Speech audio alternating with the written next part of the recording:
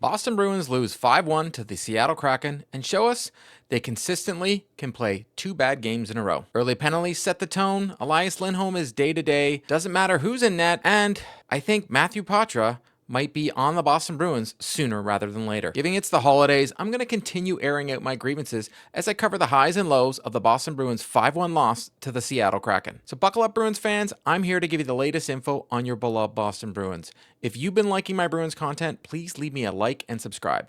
If you've already done so, thank you, and let's get into it. After the 8-1 drubbing, I saw a lot of, it was a loss on the calendar before the game started, and we should move on. I was told before this game that this would be the easier opponent, and we should be a better hockey game.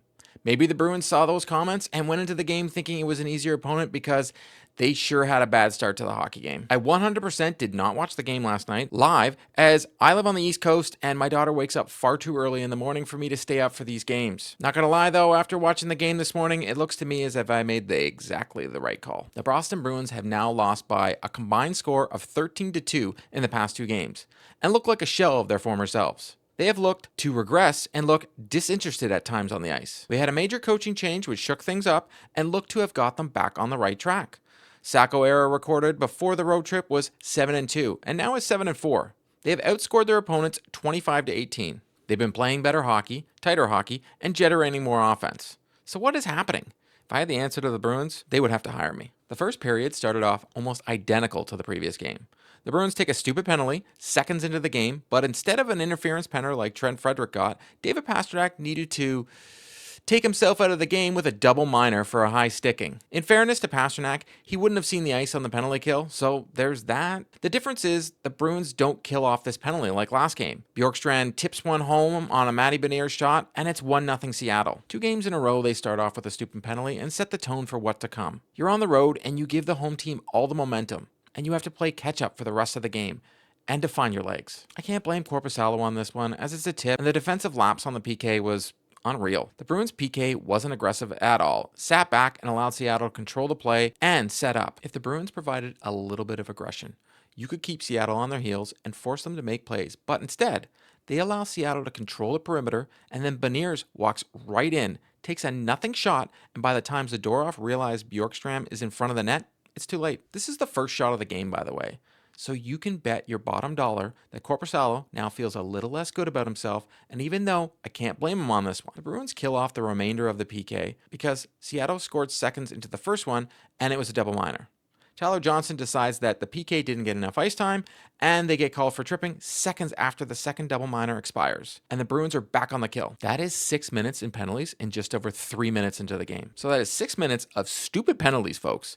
And you can bet Sacco isn't impressed. Johnson played 12 minutes and 47 seconds into this game and ended the night as a -4.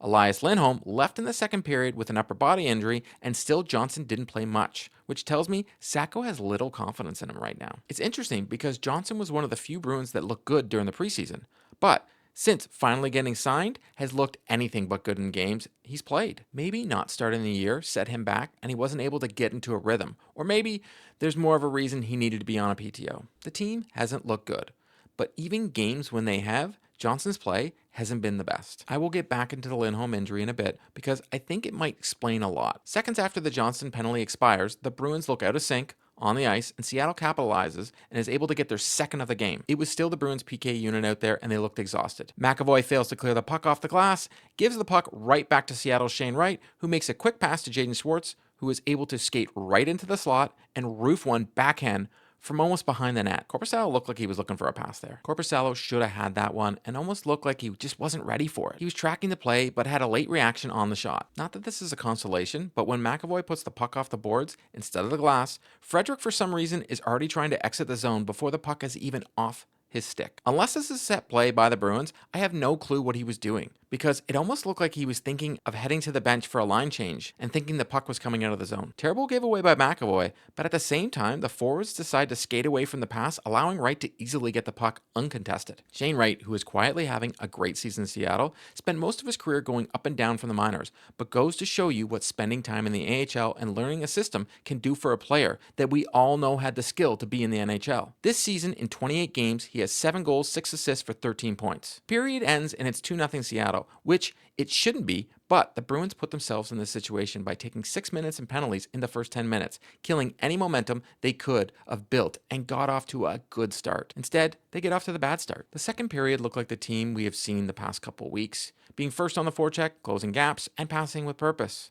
The Bruins have Seattle playing on their heels, but unfortunately, the Bruins lose Elias Lindholm to an upper body injury during the period. His last shift on the second was a nothing play, and he barely makes contact with a Seattle player, but doesn't take another shift, and after is done for the night, and maybe longer. After the game, Sacco couldn't provide any updates, except that we'll know more once he's been evaluated. Elias Lindholm's struggles this season have been well documented by the Bruins fans, and I'm starting to think he wasn't all that healthy when he came back during camp. We all know he suffered an undisclosed injury during training camp, and with my conspiracy theory cap on, I think maybe he hurt himself a while ago and has been playing through it and couldn't go anymore after last night. He kind of got off to a good start and then he just sort of sucked. You watch the replay and it truly looks like nothing, and yet he had to leave the game. We've all seen him not be hard on the forecheck at times, not go to the dirty areas, and play on the outside most of the season. I have friends who are Canucks fans and they all tell me he's not the player they saw in Vancouver last season. My hope is he comes back fully healthy and ready to play. I was hoping because he got named to Team Sweden for the Four Nations, he would come back from that tournament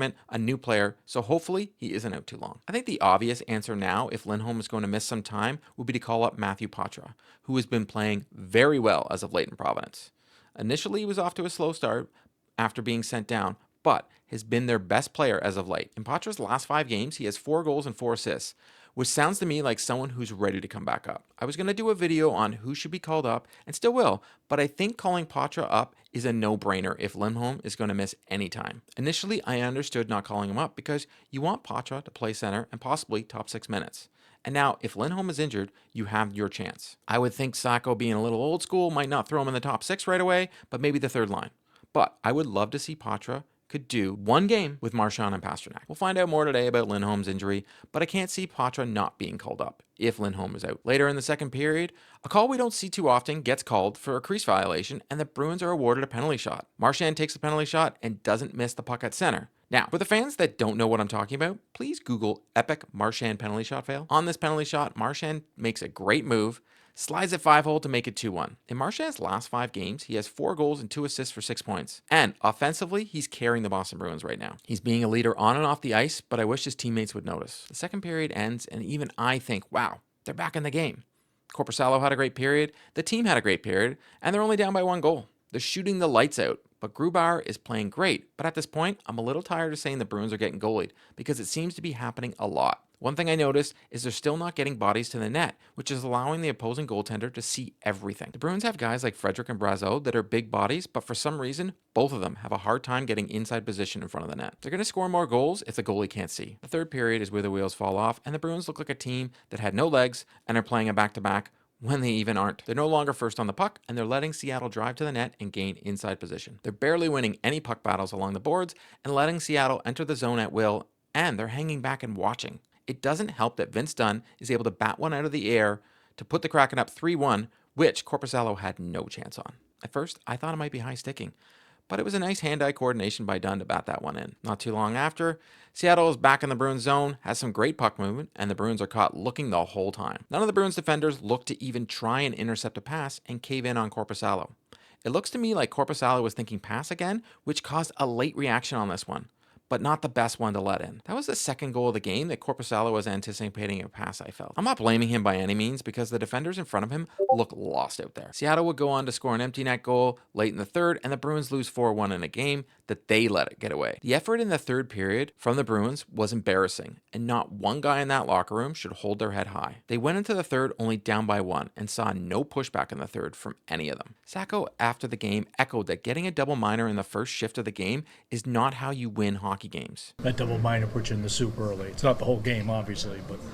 No, but, again, it's the first shift of the game. It's a 4-minute. Then right after that, we're able to kill the second one off, and then we take another penalty in the offense. So those aren't good penalties. And so you're chasing the game again, and it's hard to do in this league. But he isn't wrong, because the start of the game is so important, and 2 games in a row, they've gotten a penalty less than a minute in, and you can't get your legs going. You hurt any chances of generating a flow or some pace in the game, and you put you on your heels very early. All they can do now is pick themselves back up and move on to the next game. Still third in the division for now, but a minus 21 goal differential speaks volumes. They're scoring more now, but the games when they can't score, they also can't defend. They have a tough one against the Canucks on Saturday night, so hopefully they can get a redemption game. I want to hear from you, though, on your thoughts on the 4-1 loss to Seattle last night. That's a wrap on today's video. To stay up to date on all the news surrounding the Boston Bruins, please subscribe and drop me a like. If news breaks surrounding the Boston Bruins, be sure to check out the channel. If you've already subscribed to the channel, thank you, and I'll see you next time.